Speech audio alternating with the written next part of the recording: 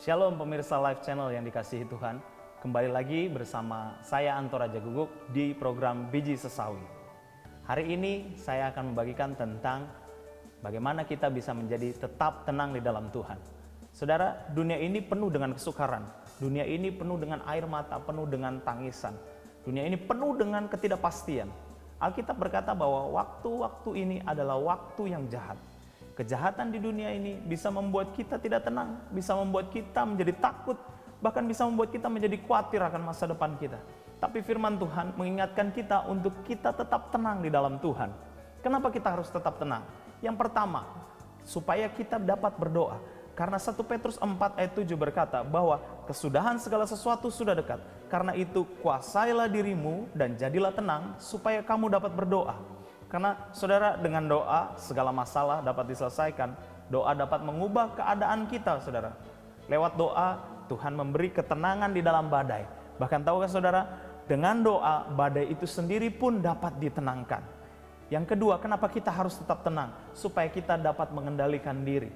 Marah hanya akan membawa kita kepada kejahatan. Mazmur 37 ayat 8 berkata demikian.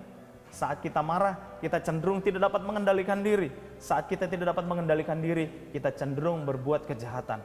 Oleh sebab itu, kendalikan dirimu. Jangan mudah marah, jangan lekas emosi. Amsal Salomo berkata, orang yang tidak dapat mengendalikan diri sama seperti kota yang roboh temboknya. Kota yang roboh temboknya tidak ada pertahanan. Segala hal dapat masuk ke situ, saudara. Kejahatan, kesulitan, musuh-musuh dapat mudah dengan masuk. Sebab itu, kendalikan dirimu. Tetaplah tenang di dalam Tuhan. Kemudian yang ketiga, yang terakhir, supaya Tuhan dapat bekerja di dalam kita. Itulah kenapa kita harus tetap tenang. Karena Tuhan tidak bisa bekerja kepada orang yang tidak tenang, saudara. Karena orang yang tidak tenang cenderung untuk mengandalkan dirinya sendiri, mencari solusi di luar Tuhan, yang justru akan membawa kita dari kesulitan kepada kesulitan yang lain. Oleh sebab itu, tetaplah tenang di dalam Tuhan, supaya Tuhan dapat bekerja di dalam hidup kita.